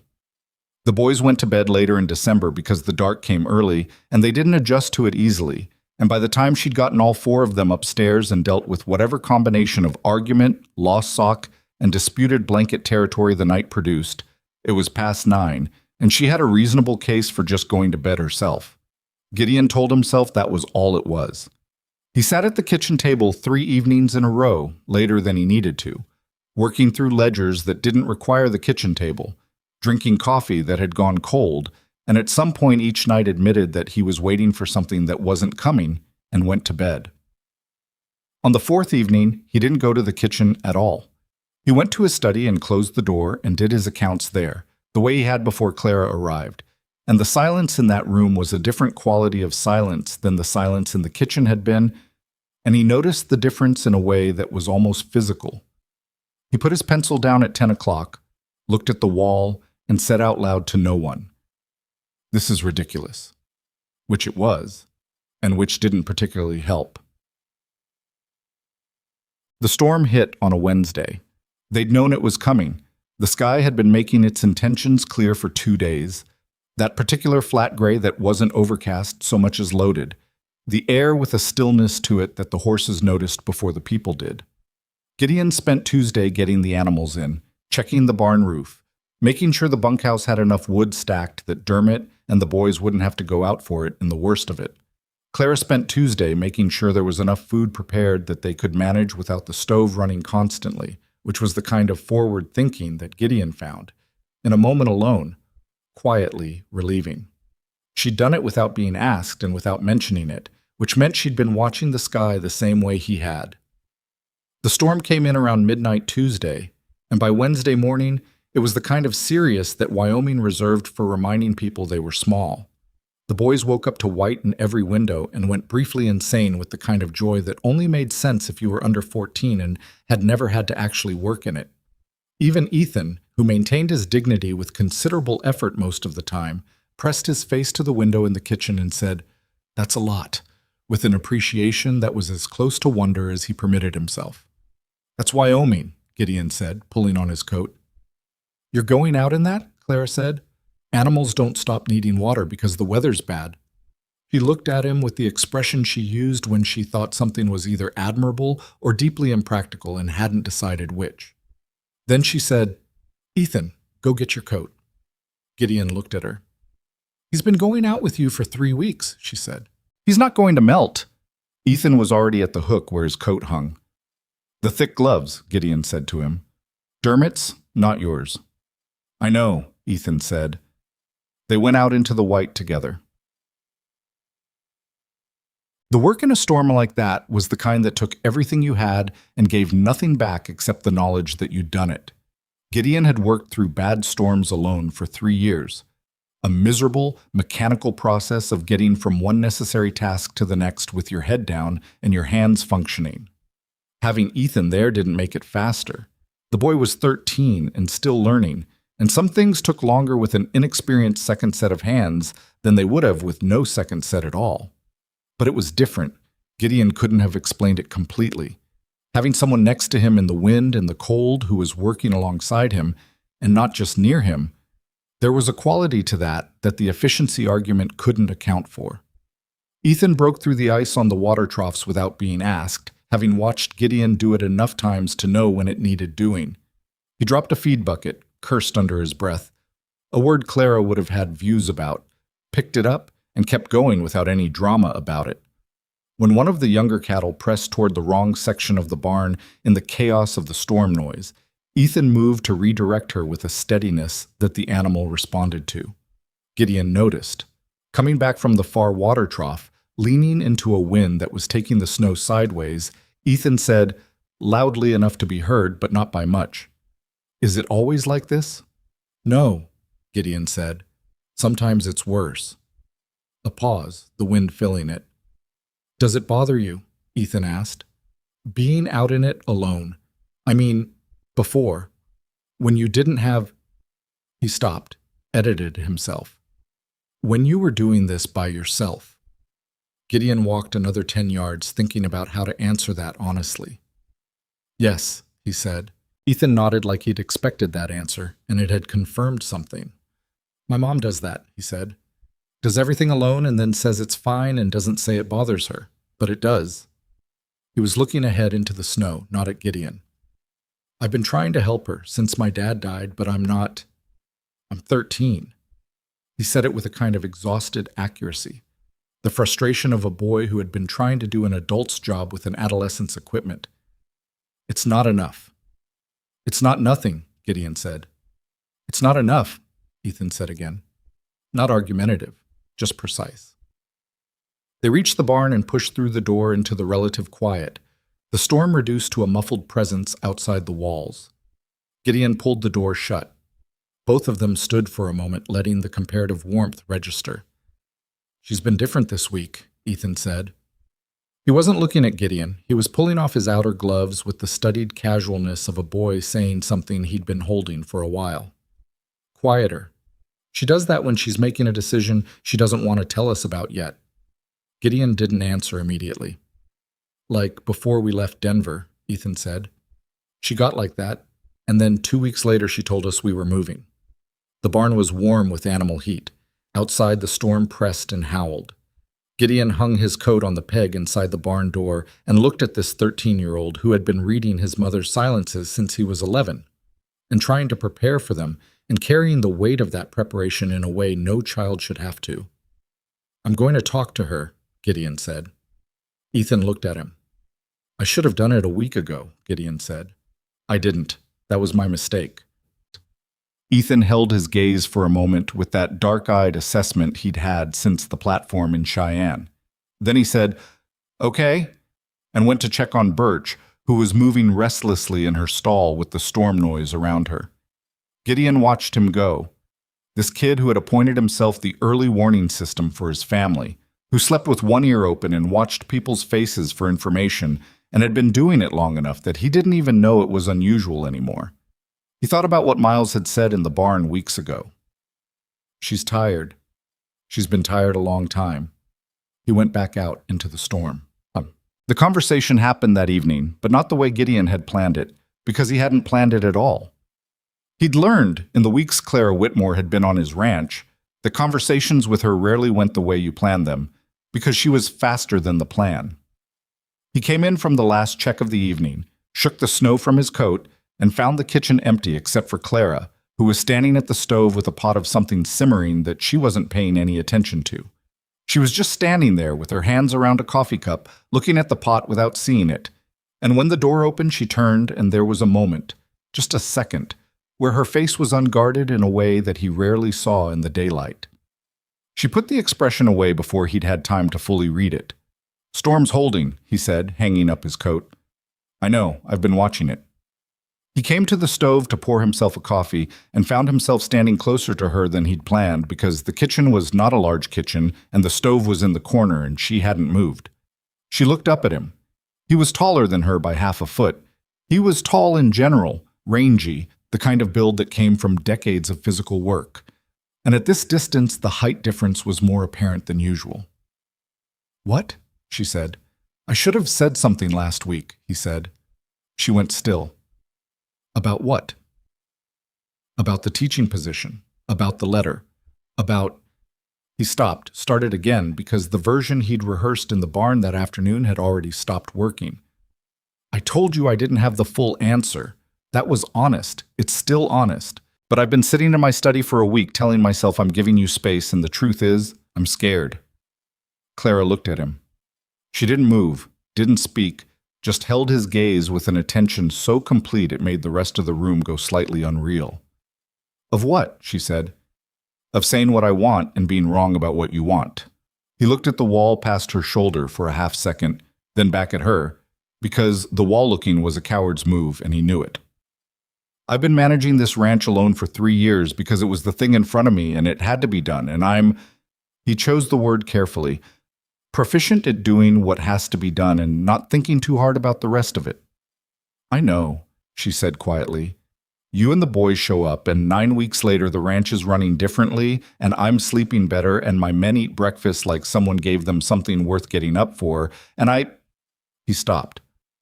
"I notice when you're not at the kitchen table in the evenings, Clara. I notice, and I go to my study and work on accounts that don't need working on, and it is—" He stopped again, made himself say it. "It's not something I can unknow." The storm pushed at the windows. The pot simmered. The fire held. Clara set her coffee cup down on the edge of the stove. Her hands were steady. She was always steady. That was one of the fundamental facts of her. But there was something in her face that was working very hard. "Say what you actually want," she said. "Don't tell me what you've noticed. Don't tell me what the ranch is like. Tell me what you want." He looked at her. "I want you to stay," he said. "Not because the kitchen runs better. Not because the boys are good workers and Ethan's going to be able to handle that north fence line by himself by February. Because," he put it plainly, the way he'd put things plainly all his life when the complicated version stopped serving. "Because this house has felt like a house again, and I didn't know it had stopped until you were in it." Clara was very still. And because you deserve to be asked, he said. Not assumed, not arranged, asked. She looked at him for a long time, long enough that the pot behind her started to do something more aggressive, and she reached back and adjusted the burner without looking, which struck him as a very Clara Whitmore thing to do in the middle of a consequential moment. Gideon? She said. Yeah. I'm not easy to live with. I've noticed. I mean it. I have 4 boys, and I run things in a way that probably looks like I don't need input. And sometimes that's true, and sometimes I'm just too tired to negotiate, and I can't always tell the difference in the moment. She was saying it directly, the way she said everything that mattered, looking him in the face. I've been a widow for 2 years, and I've been running a household alone for longer than that, because Thomas was sick for a while before. She stopped. I don't know how to do this with someone. The last time I did it, it was with a man I'd known since I was 16, and we figured it out together from the beginning. This is not the beginning. I'm 33 years old, and I come with 4 people attached to me, and I have very firm opinions about how flour should be stored. Something shifted in Gideon's face. He couldn't fully stop it. I noticed, he said. Don't laugh. I'm not laughing. You almost did. I almost did, he admitted. She looked at him, and the armor she carried, the competence as armor, the practical as armor, all of it, shifted slightly, not gone but repositioned, and underneath it she was just a woman standing in a kitchen in Wyoming in December, tired and capable, and trying to figure out if this was real. I need it to be a choice, she said. My choice. Not something I landed in because a placement agency made a mistake and you were decent enough not to throw us out in November. It's a choice, he said. I'm asking you, what do you want? She looked at him. She didn't answer that night. He didn't push for one. Just sit.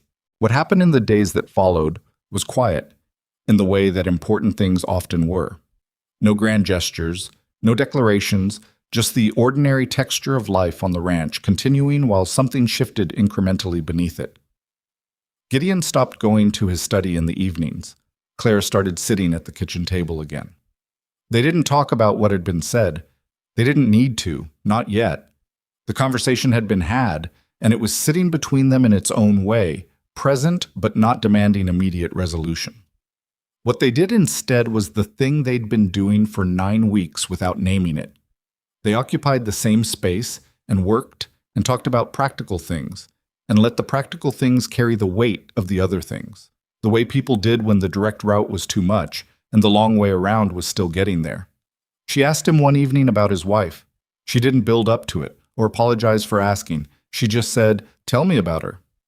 While she was writing in her household ledger, and Gideon was going through the month's feed receipts, and the directness of it startled him enough that he answered before he'd decided to. Her name was Margaret, he said. Everyone called her Maggie except when she was annoyed, and then she preferred the whole name. Clara looked up. What annoyed her? Inefficiency, he said. Waste, people who said one thing and meant another. He was quiet for a moment. She was funny, not in a performance way. She didn't tell jokes, but she saw things sideways. She'd say something completely ordinary about something ridiculous, and it would take you a second to realize it was the funniest thing you'd heard all week. How long were you married?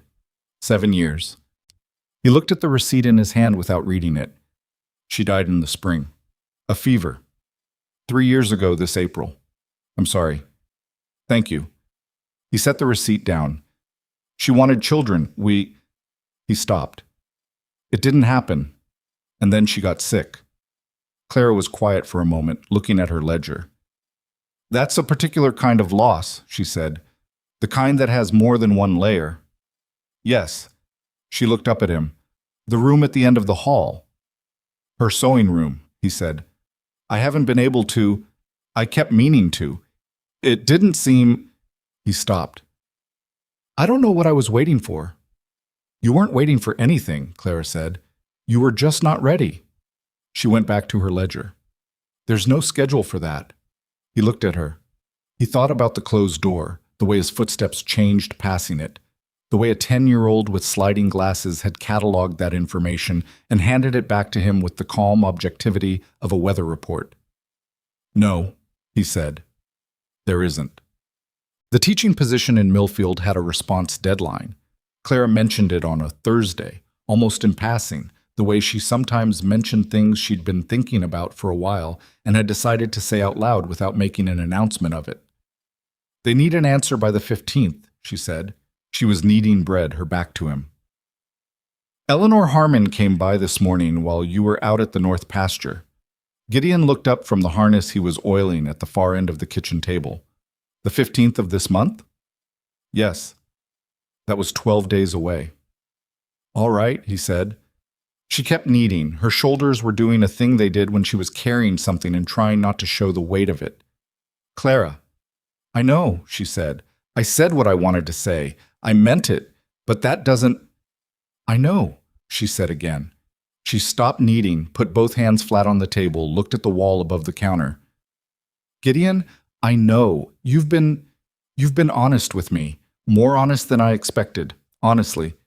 And She turned around. There was flour on her cheek she hadn't noticed and wasn't going to notice, and he wasn't going to tell her about. "I need to think about what's right for the boys. Not just She stopped. "What I want and what's right for them might not be the same thing." "How are they different?" She looked at him steadily. "Because what I want is to stay here, and that's based partly on real reasons and partly on the fact that I've been exhausted and alone for 2 years, and you came out into a blizzard to take care of your animals. And when you came back, you stood in your own kitchen and told me the truth, when you could have just let me make a decision in the dark." Her voice was steady, but it had a rawness underneath it. That's not a completely rational basis for upending 4 boys' lives. What would be a rational basis? "I don't know," she said honestly. "That's the problem." Gideon set the harness down. "Can I tell you what I see? Not what I want, what I actually see." She waited. "Ethan," he said.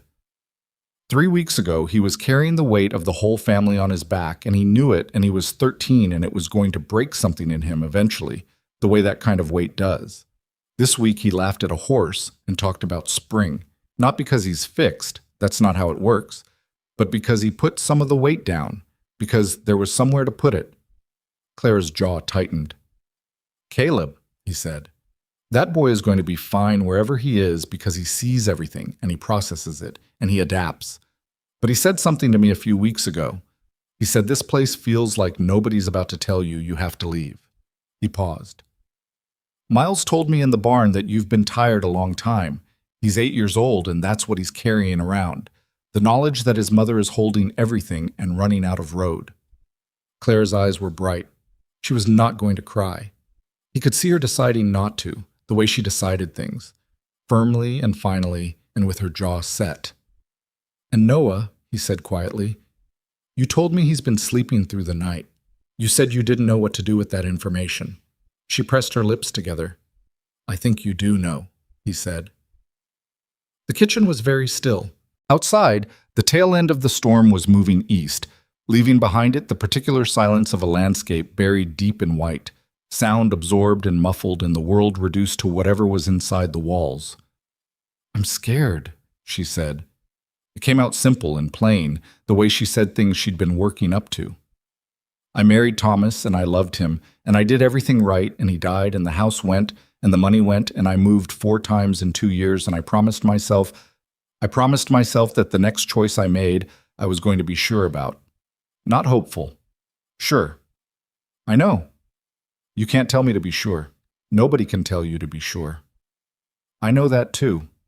She looked at him. The flour was still on her cheek. "What I can tell you," he said, "is that I'm not going anywhere. I've been on this land for 11 years, and I'll be on it until I can't anymore. And if you stay, you're not a housekeeper, and you're not a arrangement. You're—" He stopped, started again. "You're someone I want here. All of you. That doesn't change based on a deadline." The bread dough was sitting on the counter, neglected. Clara reached up and tucked a loose piece of hair back behind her ear. She did it with the automatic gesture of someone buying a second to think. "I need a few more days," she said. "You have 12, he said. She turned back to the bread. He picked up the harness and went back to oiling it, and the kitchen held them both in its usual way, and the fire held, and the bread dough rose slowly in the bowl on the counter, And outside, the clouds that had carried the storm were breaking up at the edges and letting thin, cold light through. See, it was Ethan who broke it open.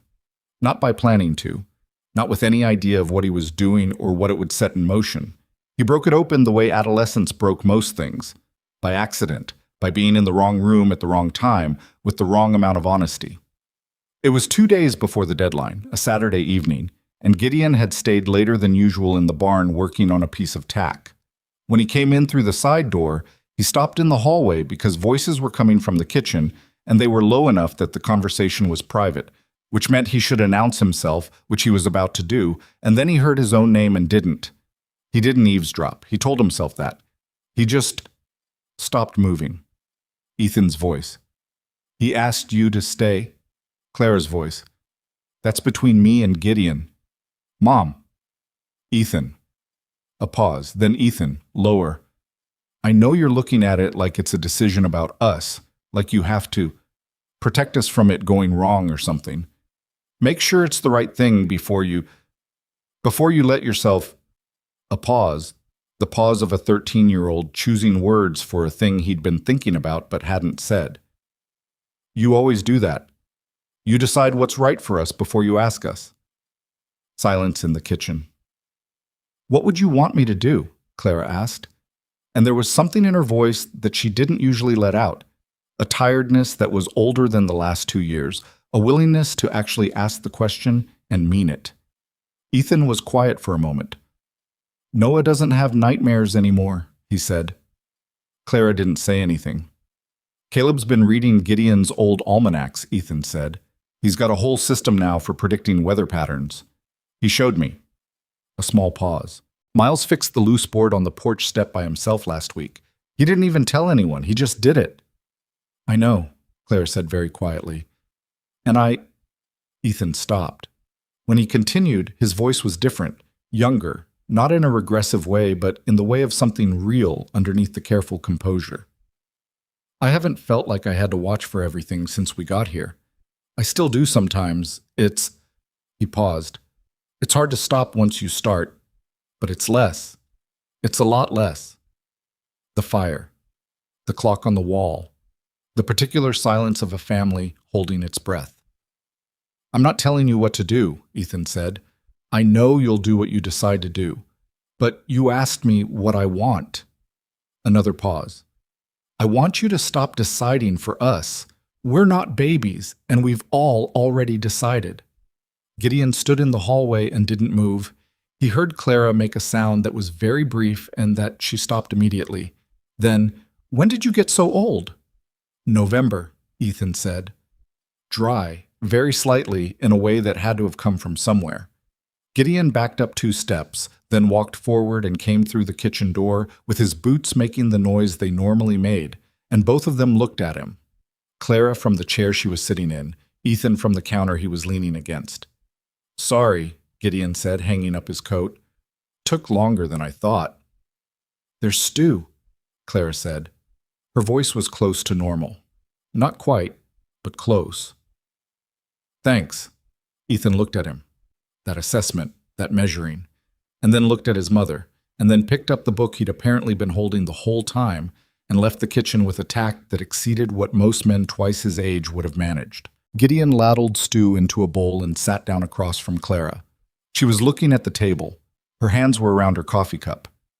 After a while, she said, I was ready to decide before I heard that. I know, he said. She looked up at him. I'm still going to sleep on it.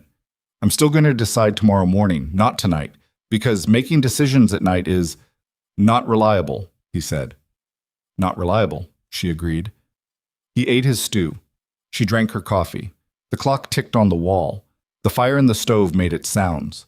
Upstairs somewhere, one of the boys dropped something heavy, and there was a muffled exclamation, and then the sound of 2 others responding, and then quiet again.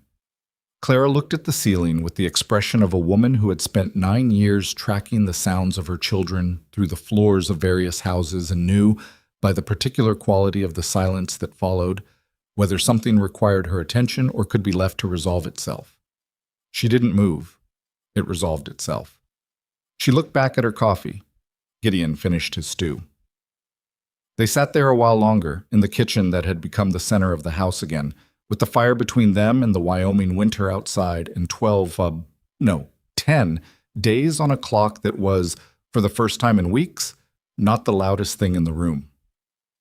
Clara was up before 4. Gideon knew because he was up before 4 too, the way he always was. And when he came downstairs, the kitchen fire was already going, and her coffee cup was on the table, and she was not in the kitchen. The back door was unlocked. He pulled on his coat and went out. She was standing on the back porch in the dark, wrapped in the heavy wool blanket she kept on the chair by her bedroom door, her breath making small clouds in the cold. The snow from the storm had settled into a deep, quiet cover over everything. The yard, the barn roof, the fence lines, the mountains at the edge of the dark. The sky was clear now, the way Wyoming skies went brutally clear after a storm, and the stars were the kind that you only saw this far from any town, bright and numerous and completely indifferent to whatever was happening beneath them. She heard him come out. She didn't turn around. "You don't have to stand out here with me," she said. "I know," he said, and stood there anyway. The cold was serious, the kind that got into the spaces between your coat and your collar and reminded you it was there. Clara pulled the blanket tighter. Gideon shoved his hands in his coat pockets. Neither of them said anything for a while, which was its own kind of conversation. "I've been making lists in my head since 3 in the morning, she said finally. "How are they coming out?" "The same way they've been coming out for 2 weeks. She paused. "Which is the same direction every time. And I keep thinking I'm missing something, some factor I haven't accounted for, some reason it's the wrong direction, and—" She stopped. "And I'm not missing anything. I've just been waiting for a reason to be afraid of the answer." Gideon looked at the side of her face. "Clara," he said. "I'm going to tell Eleanor Harmon no," she said. "I'm going to write to the agency and tell them the placement stands and that the error has been resolved to both parties' satisfaction." She turned and looked at him then, directly, in the dark and the cold, with the stars doing their indifferent thing above them. "And I'm going to do it because I want to, not because I have nowhere else to go, not because it's the practical choice, because I want to, and because my boys have already decided, and because—" She stopped. Something moved across her face, something she let move across it rather than stopping. "Because you told me the truth when you could have just managed the situation, and I haven't had a lot of that." Gideon looked at her. "All right," he said. She blinked. "All right?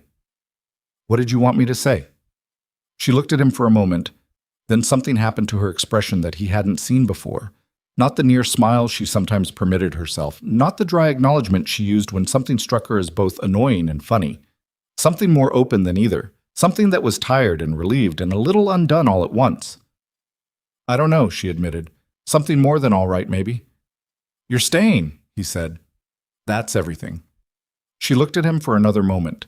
Then she turned back to the yard and the snow and the dark. "It's cold," she said. "It's Wyoming in December," he said. "Yes." "Come inside," she said. "I'll make breakfast." They went inside. But she told the boys after breakfast. Not formally. Clara Whitmore did not do formal announcements, and 4 boys ranging from 6 to 13 did not sit still for them anyway. She told them while they were still at the table, dishes in various states of cleared, Noah with syrup on his chin that no one had caught yet, Miles reading something he'd snuck to the table under the edge of his plate. "We're staying," she said, "at the ranch. I've decided." Noah looked up. "For how long?" "For good," she said. The table went quiet in the particular way of people absorbing information that was larger than the words carrying it. Caleb took his glasses off, cleaned them on his shirt, something he did when he was processing something significant, put them back on, and looked at Gideon, who was at the far end of the table with his coffee. The look said plainly, "I told you so," without any of the unpleasantness that phrase usually carried, just the satisfaction of a boy whose analysis had proven correct. Miles set his book face down on the table, which was more of a reaction than Miles typically showed. Ethan looked at his mother. His jaw did the complicated thing it sometimes did when he was managing something. Then he looked at the table. Then he picked up his plate and took it to the basin without saying anything, which from Ethan was its own language. The language of a boy who needed to do something with his hands because the alternative was feeling too much in front of people. Noah, who had not inherited his oldest brother's restraint, said, "Yes," at a volume that was inappropriate for indoors, and slid off his chair and ran around the table and put both arms around Clara's middle with the full-body commitment of a child who had not yet learned to protect himself from wanting things. Clara put her hand on the back of his head. "Sticky," she said, looking at his chin. "I don't care, Jaume," Noah said, muffled against her. "I know," she said. "I'm telling you anyway." The letter to the agency went out that same day, folded into an envelope and given to Dermot when he made the supply run to town. Clara wrote it at the kitchen table while Gideon was out checking the fence line. Not because she needed privacy from him, but because it was her letter to write and she wrote it alone, the way she did everything that was hers. When Dermot came back, she handed it to him without comment. Dermot took it, looked at the agency's address on the envelope, looked at Clara, and said nothing. He put it in his coat pocket with the supply invoices and went to the barn. 20 minutes later, he came to the back door and said, "The flue cap on the north side of the bunkhouse is loose. Been meaning to mention it." "I'll tell Gideon," Clara said. "Right," Dermot said. He turned to go, then stopped. "Mrs. Whitmore." She looked at him.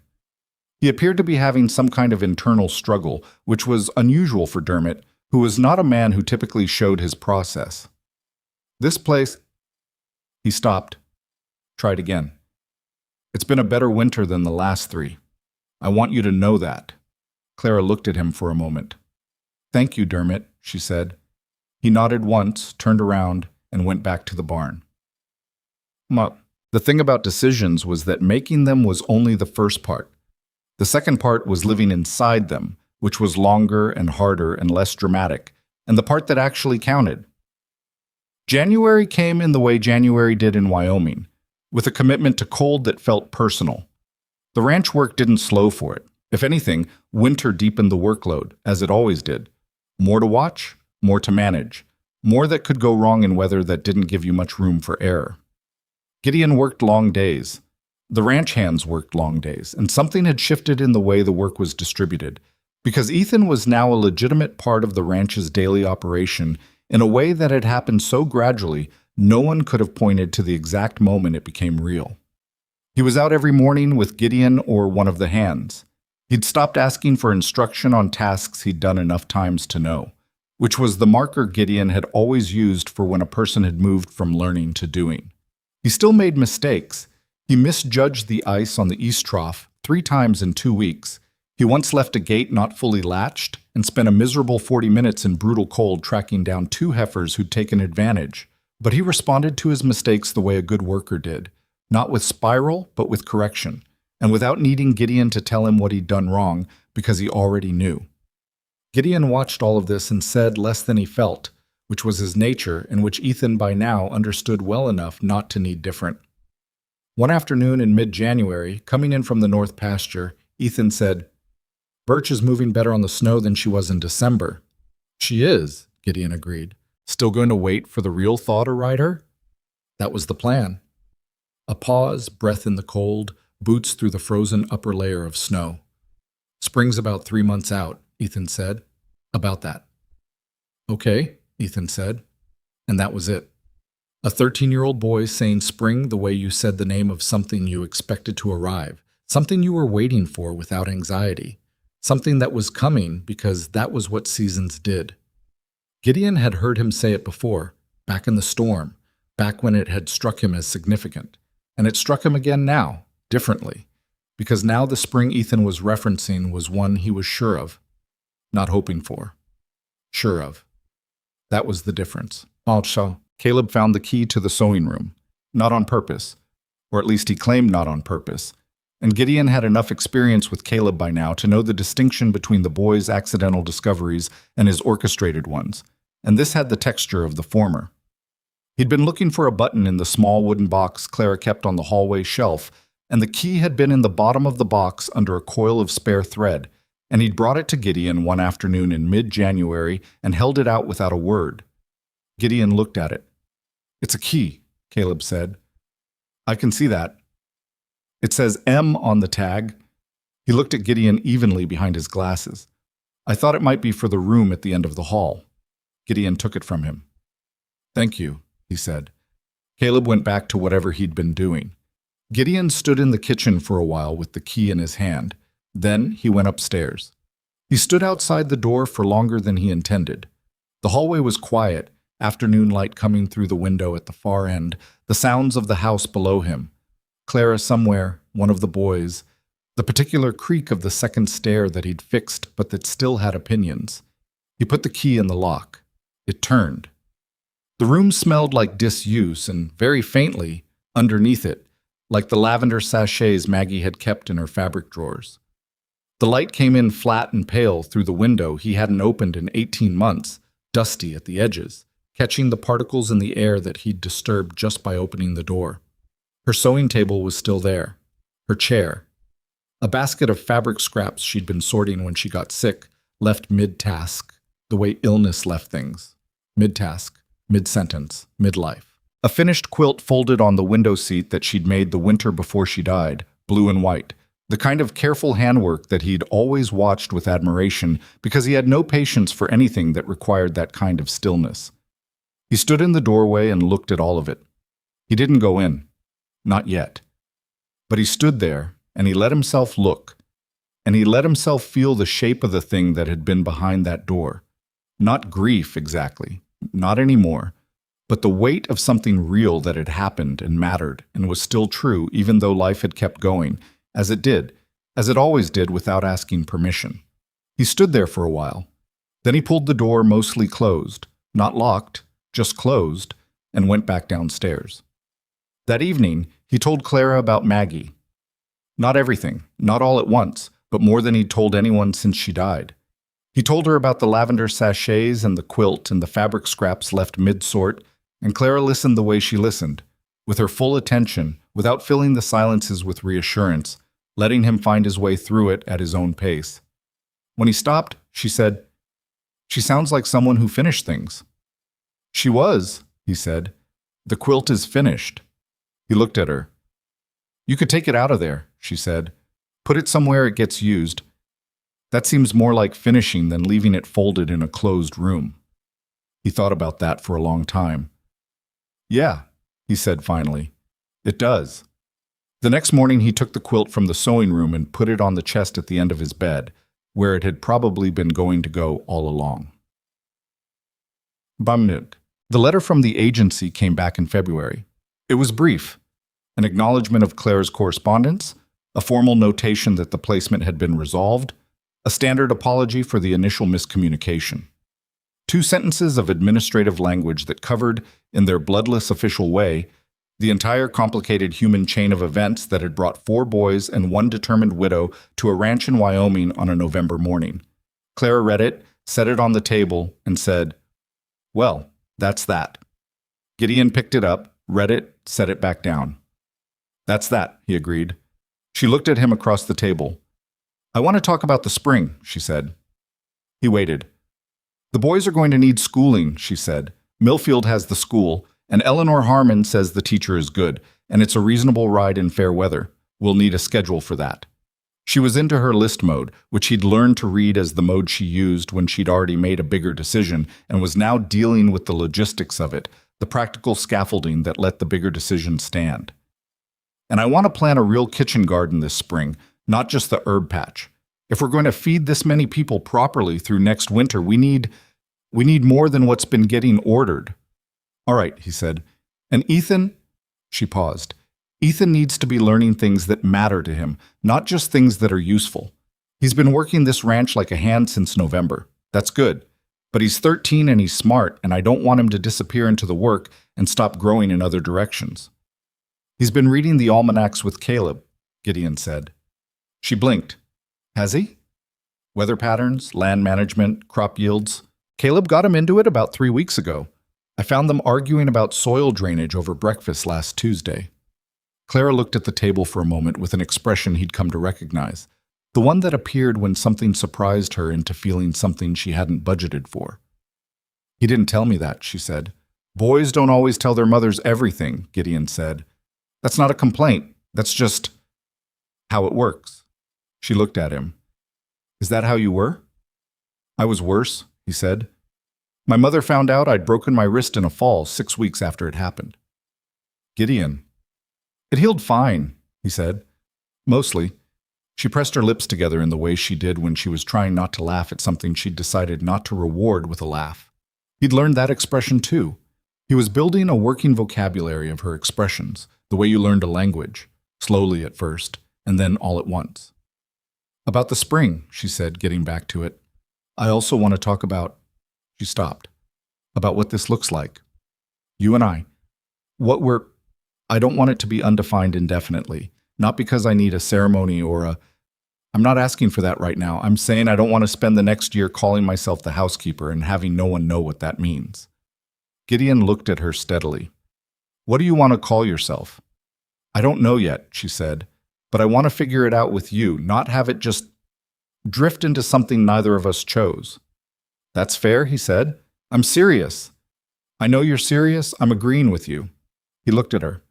I'm not interested in drifting either. I'm interested in you. Whatever that looks like worked out properly over time. She held his gaze for a moment. The kitchen fire. The clock. The sound of Miles moving around somewhere above them. Okay, she said. Okay, he said. She went back to her list. He went back to his receipts. The afternoon settled around them. Ordinary and imperfect and theirs. Spring came the way it always did in Wyoming, late and reluctant, and then suddenly, all at once, the snow giving way to mud that was its own kind of inconvenient miracle. The light changed. The temperature changed. The horses got restless and the cattle moved differently, and the whole landscape went from the white stillness of winter to the brown, churned-up business of everything thawing at once. Gideon took the fence line first thing, as he always did in spring, checking for the damage winter had done, the post that had shifted in the freeze-thaw cycle, the wire that had stressed under the weight of ice. Ethan came with him, as he had all winter, but this time he came on horseback. Not Birch. That was coming, but not yet. He came on the roan gelding called Spencer that was patient and sure-footed, and had been waiting all winter for someone to actually ride him regularly. Ethan sat a horse, Gideon had noticed, the way people did when they took to it naturally. Not perfectly, he still overcorrected on turns, and his posting trot needed work, but with an ease in the body that couldn't be taught, only discovered. He rode beside Gideon on the spring fence check with mud on his boots, and the early morning light coming sideways across the plains, and an expression on his face that was, as far as Gideon could read it, something close to content. Post shifted at the northeast corner, Ethan said, spotting it before Gideon had to point. It has. We'll need to reset it before we string new wire. We will. Ethan wrote it in the small notebook he'd started keeping, which had been Caleb's idea, and which Ethan had resisted for 2 weeks before adopting it completely. The notebook now contained fence assessments, weather observations, notes on cattle behavior in various conditions, and Gideon had seen this once, accidentally, and had not mentioned it, a rough sketch of Birch, done from memory with considerable accuracy. Riding back toward the ranch in the mid-morning, the buildings coming into view across the flat land with the mountains behind them, Ethan said, I want to learn the accounting side. Gideon looked at him. The ranch finances, Ethan said, how you track expenses, what the margins look like, how you decide what to sell and when. He was looking at the ranch ahead of them, not at Gideon. Not because I'm not trying to... He stopped and started again, which was rare for Ethan, who usually had his sentences ready. I just think if I'm going to be here, I should understand how it actually works, all of it, not just the physical part. Gideon rode in silence for a moment. I'll start showing you the ledgers this week, he said. Ethan nodded, still looking forward. Okay. They rode the rest of the way back without talking. The ranch came closer with every minute. The house, the barn, the smoke coming from the kitchen chimney that someone had fixed properly in January, the small kitchen garden Clara had staked out in a patch of south-facing ground that would get the most sun. Noah was in the yard already, doing something with a stick that appeared to have its own complex logic. Caleb was on the porch with a book, though he'd be put to work within the hour. Miles had already been in the barn since sunup, which was where he went when he wanted to think. Ethan looked at it all as they rode in. "It's different in spring," he said. "It always is," Gideon said. "Better?" Gideon considered. "Different," he said. "Spring means work, lots of it. But yeah." He looked at the ranch, the house with the light in the kitchen window, the garden stakes in the mud, the kid in the yard with the stick. Better? Oh, Birch let Ethan ride her on a Thursday in late March. Not easily. She was herself, which meant 20 minutes of resistance. A sequence of objections that required patience and stillness and the willingness to start over twice before she decided she was done making her point. But she let him up, and she moved under him with the rolling power that made her difficult to manage, and Ethan rode her around the paddock at a walk and then a trot, with his jaw set and his hands quiet and the concentration of someone doing something that mattered. Gideon watched from the fence. When Ethan brought her back to the gate and dismounted, he was breathing harder than the effort strictly required. He ran his hand down Birch's neck, and she tolerated it with her usual magnificent disdain. He looked at Gideon. Gideon said, "Good." Ethan's jaw did the complicated thing. He looked away for a second, then back. "Same time tomorrow?" "Same time tomorrow," Gideon said. Okay. Clara planted the kitchen garden on the first real warm day of April, with Miles beside her doing the digging because Miles turned out to be quietly passionate about the mechanical logic of soil preparation, and Noah getting in the way in the thoroughly well-meaning fashion that was Noah's primary mode of existence. Gideon watched from the porch for a few minutes on his way to the barn. Clara was on her knees in the dirt, her hair pinned up with two pieces coming loose the way they always did by mid-morning, showing Noah where to place the seed markers with the patience she always found for him, even at the end of long days. Miles worked steadily beside her, methodical and thorough, turning the soil in even rows with a concentration that would have looked like that of a much older person if you didn't also notice the small pleased expression he wore when the row came out straight. She looked up and caught Gideon watching. "The south section needs a second pass," she said. "The soil's not broken up enough." "I see that," he said. "Can you, I'll send Dermot over this afternoon." She went back to the seeds. "Thank you." He went to the barn. He was almost there when Noah called out behind him. "Gid, come see where we're planting the tomatoes." Gideon stopped walking. He turned around. Noah was 6 years old and covered in mud and pointing at a patch of ground with the urgency of someone announcing something genuinely important. Clara had looked up again. She was watching him with the level attention she brought to things she wanted to see clearly. He walked back across the yard. Noah showed him the tomato section with full detailed commentary on why this spot was the right spot, referencing the sun angle and the drainage with the authority of someone who had absorbed a month of Clara's garden planning and was now an expert. Gideon crouched down to where the kid was pointing and looked at the marked ground and said the things you said, and Noah talked, and Miles added corrections when Noah got the drainage logic wrong. And Clara stayed where she was and watched, and the spring light came down on all of it. The mud, the seed markers, the busted fence board on the garden edge that still needed fixing, the smear of soil on Noah's left ear, the 2 pieces of hair coming out of Clara's pins. None of it was the thing you'd put in a painting. None of it was the version you'd tell to make yourself sound like you had your life arranged neatly. It was just a yard in Wyoming in April, 2 kids explaining tomato placement to a man who had 11 years of experience growing nothing but cattle and feed grain, while a woman watched from the garden and didn't say anything because she didn't need to. That evening, after supper, after the boys were in bed and the ranch was quiet, Clara sat at the kitchen table with her coffee and Gideon sat across from her with his, and the fire was doing what it did. "I wrote to my sister today," Clara said. She hadn't mentioned a sister before. "I haven't written to her since before Denver. She paused. "We had a disagreement about Thomas's death, about what I should do after, about the boys. She thought I should come back east. I didn't." "What did you tell her?" "I told her where I was, what the ranch is like, about the boys." She turned her coffee cup. "About you." He looked at her. "Not everything," she said, "but enough." She was quiet for a moment. I realized I'd been keeping this, all of this, separate from my actual life, like it was still provisional, like I hadn't fully arrived yet. She looked at him. "I've arrived." Yeah, he said. You have. She looked at the window, the dark outside it, the reflected light of the kitchen fire in the glass. I don't want to do this wrong, she said. We're already doing parts of it wrong, he said. That's just how it goes. She looked back at him. That's a very low bar. That's an accurate bar, he said. I lost 3 fence posts this winter I should have caught in the fall. Ethan misjudged that ice 4 times. Miles fixed the porch step before telling anyone, which was good work, but also means he's been walking around for weeks knowing we hadn't noticed it was broken. He looked at her. Everything that's working here has also been failing a little somewhere. That's just what it is.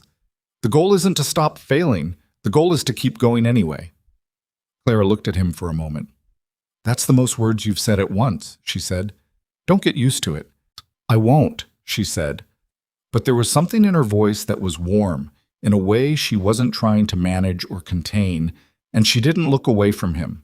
And the fire held the room between them, and neither of them said anything else for a while because sometimes the quiet was where the real things lived. Not in the declarations, not in the decisions, but in the sustained ordinary fact of 2 people choosing, day after day, to stay in the same room. Quote, people who knew the Voss ranch said it changed that winter, though none of them could agree on exactly what changed or how. The cattle still ran the same pastures, the fence lines still needed the same maintenance, the Wyoming winters still came in with the same intent and left with the same reluctance, but the kitchen light stayed on later. The bunkhouse crew ate better than any ranch hands in the county and knew it. A kitchen garden appeared in the south yard in the spring, staked and tended and producing by July. The difficult mare Birch went from being unrideable by most people's standards to being exercised daily by a 14-year-old who had no formal training and a natural seat and enough patience to meet the horse where she was. A 10-year-old with sliding glasses became something of a local weather authority among the neighboring farms. His predictions passed along through the Harmons with the informal credibility that builds between people who've been proven right enough times. An 8-year-old who never said much said precisely what needed saying when he said it, and became the person the ranch hands brought their equipment problems to because he diagnosed things accurately and without drama. A 6-year-old who called the rancher Gid grew into the kind of kid who assumed without question that kindness from adults was the normal state of things, because that had been his experience since the age of 6 in Wyoming. And a woman who had arrived on a train platform with worn bags and 4 boys, and the particular exhaustion of someone who had been holding everything together for too long without help. That woman built a kitchen garden and kept a household and made flower storage into a moral commitment and sat at a table in the evenings with a man who was slowly, imperfectly, incompletely learning to say what he wanted instead of just enduring what was. There was no moment when everything was resolved. That wasn't how it worked.